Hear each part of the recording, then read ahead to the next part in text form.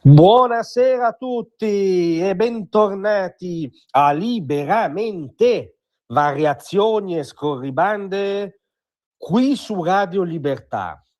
Allora, mi rendo conto che lo diciamo ogni volta, ma questa volta l'idiozia in questione si è veramente superata, arriva alle sue vette massime. L'idiozia in questione è ovviamente l'idiozia woke dello stupidario politicamente corretto applicato non solo alla cronaca, ma anche alla cultura millenaria, come vedremo. E la vetta è rappresentata da queste dichiarazioni più che lunari, da un'altra galassia, di tal Lupita Nyong'o, che è l'attrice di colore che interpreta Elena di Troia nel film, nel colossal, straannunciato e straatteso Odissea di Christopher Nolan. Bene, il nuovo stadio, l'ultimo effettivamente dell'idiozia woke, recita come segue: la Elena nera attacca Omero perché i suoi poemi non sono abbastanza femministi. Potremmo chiudere qui. Potrei veramente non proseguire perché c'è tutto qua, c'è tutta la follia di un mondo, quello occidentale, che si rivolta contro le sue radici primigenie in nome del suo ultimo costrutto ideologico masochista. Perché però? Proviamo, non dico a dare un senso, perché non esiste, ma a riepilogare i termini della questione.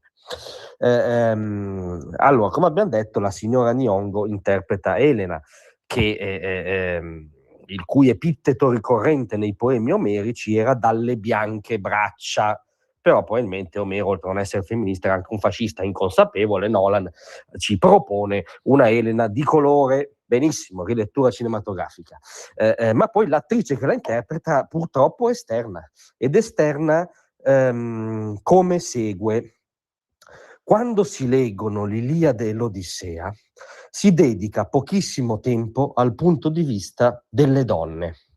Aggiunge che la storia è raccontata soprattutto dal punto di vista maschile, mentre il film di Nolan si sforza di mostrare una prospettiva diversa.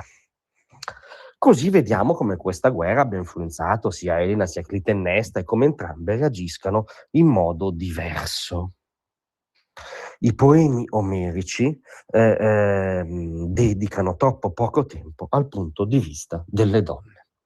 A parte la bestialità letteraria sostenuta da questa signora, che non a caso poi è costretta a nominare Elena, che è il motore di tutto il ciclo omerico, è il casus belli in senso letterale, è colei senza la quale non c'era tutto il ciclo epico, nomina Clitennestra, ma l'Odissea, se vogliamo guardare all'Odissea, è una galleria di straordinarie figure femminili, Circe, Calipso, la titanica Penelope che a Itaca a un certo punto con ostinazione che se va contro ogni apparente dato di realtà, riattende Ulisse che torna a casa contrastando i proci. Insomma, non c'è abbastanza spazio alle figure femminili. Ora, noi non pretendiamo ovviamente che l'attrice Lupita Nyong'o sia un'esperta di questioni omeriche e conosca i termini della disputa, per esempio relativa all'autore o agli autori dei poemi tra la scuola analitica, la scuola unitaria, la scuola oralistica. Però insomma il fatto che sovrapporre i nostri canoni ideologici del 2026 a un poeta o dei poemi che sono stati, che sgorgano dall'8° secolo avanti Cristo, è una castroneria che si commenta da sola. Ma sovrapporre le paturnie, le paranoie, il birignao del wokismo a Omero, cioè all'atto fondativo della civiltà occidentale, della cultura occidentale, a quello da cui poi tutto discende, che poi siate unitari o analitici, insomma, che sia esistito l'Omero in quanto tale o meno, è il nostro padre culturale.